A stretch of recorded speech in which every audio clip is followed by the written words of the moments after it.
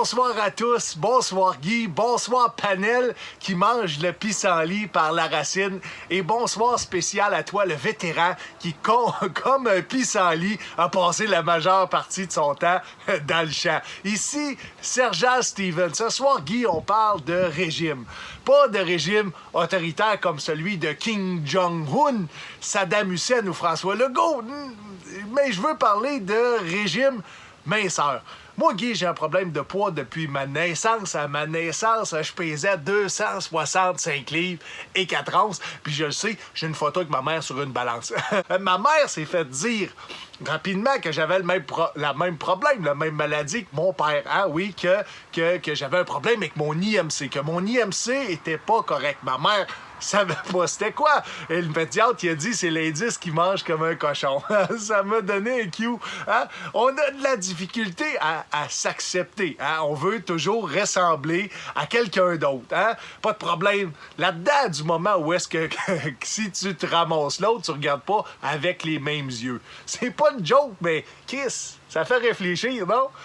L'obésité est un sujet sensible. Faut faire attention parce que si t'offusques un obèse, il mange ses émotions. Fait que tu vois, on n'est pas sorti de l'auberge. Puis dans l'auberge, il va falloir que t'attendes qu'il finisse sa 4e assiette. Hey, il y a des gens que c'est pas de leur faute, la prise de poids. Puis c'est pas eux qui sont concernés. Mais je parle davantage au nom de ceux qui, comme moi, ont une part de responsabilité dans leur prise de poids. Hein? On donne souvent des excuses puis des défaites aux autres. J'ai dit longtemps aux autres que je comprenais pas pourquoi je prenais du poids parce que je marchais 10 000 pas par jour. Hein? J'y réfléchis des fois, puis je me dis, le nombre de fois je fais le relais entre le frigidaire et le divan, c'est d'à peu près ça, 10 000 pas par jour. Anyways, des livres de régime, je les ai tous. Hein? Puis, nomme-les. Régime protéiné, végétarien, Weight Watcher, paléo, keto, anticellulite, name-it. Hein, je les ai toutes achetés. Au bout du compte, je me suis rendu compte que ça change à rien, je les ai jamais lus.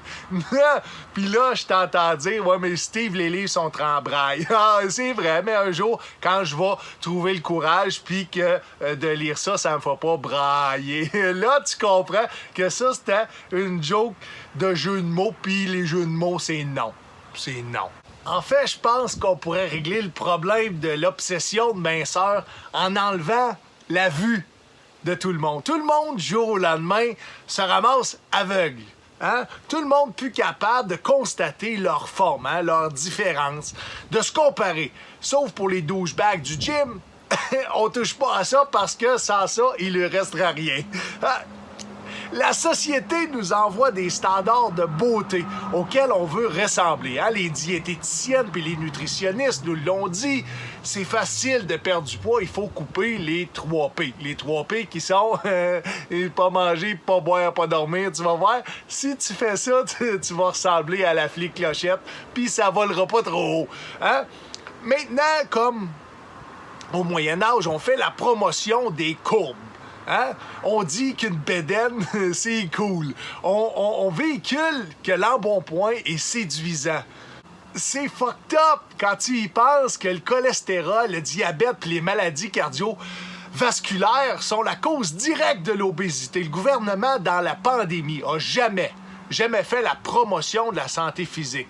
Jamais dit que si tu faisais en sorte de garder un poids santé, ça te donnait plus de chances de ne pas engorger les hôpitaux. J'ai compris une chose, mon Guy, si la société valorise l'obésité, okay, que le gouvernement en temps de pandémie encourage pas l'activité physique, la bonne nutrition, le contrôle des dépendances, peux-tu penser que le gouvernement t'aime mieux gros, sous pis gelé, parce que dans les deux cas, tu te mobilises beaucoup moins vite?